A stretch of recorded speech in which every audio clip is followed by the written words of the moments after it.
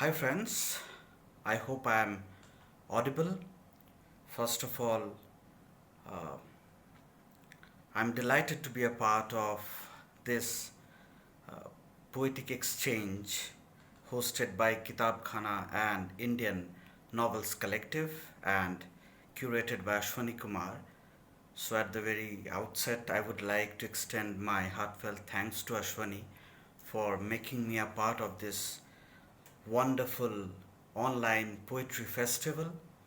And also, I would like to extend my thanks to Kitab Khana and Indian Novels Collective for giving a platform to our thoughts in these times of crisis and lockdown. Uh, I would be sharing with you uh, about six poems, six short poems, uh, four of which I just penned last week, and that is particularly about our current situation. And two of my poems, which I would be reading today, these two uh, may not directly connect with the theme of whatever we are going through today, but it has an indirect connection towards life and uh, whatever is happening around the world. So, uh, getting directly to my poems, first poem which I would like to present today is Lockdown. Where roads do not unfurl, the need for limits breathes through dry tears. Where solitude takes wing for the falling sun, amnesia shrouds a generation. Caged, wingless, a bird waits for the last dusk as a forsaken boatman rows for food in the twilight.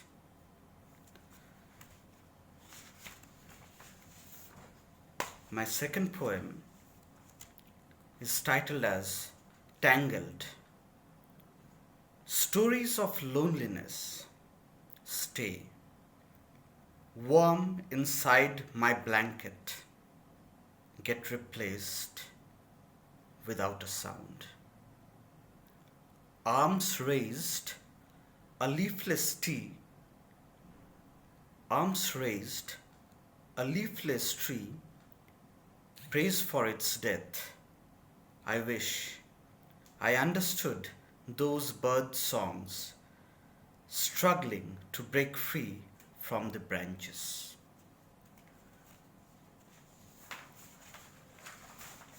Going to my third poem, which is also a part of the four poems which I just wrote last week.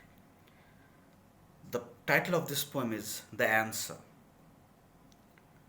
A dry land seeking liberty to wet itself wonders about the quiet after this storm. The roads are familiar to it. The smell of the air isn't. The trees no longer lias. Their commitments are done. Does the new rephrasing require us?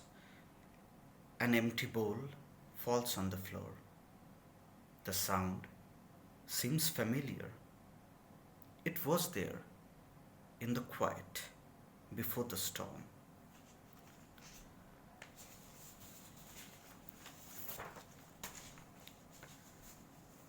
The next poem is Locked.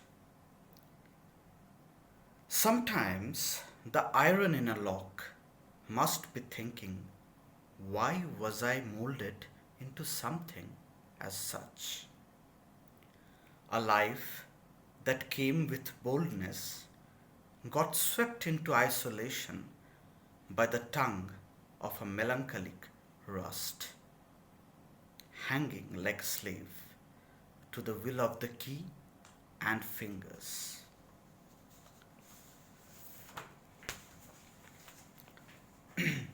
Now, these two poems are my old poems The title of this poem is The Rag Picker. It was amazing how the little girl came to me and asked for a coin. The world is throwing less wastes, it seems.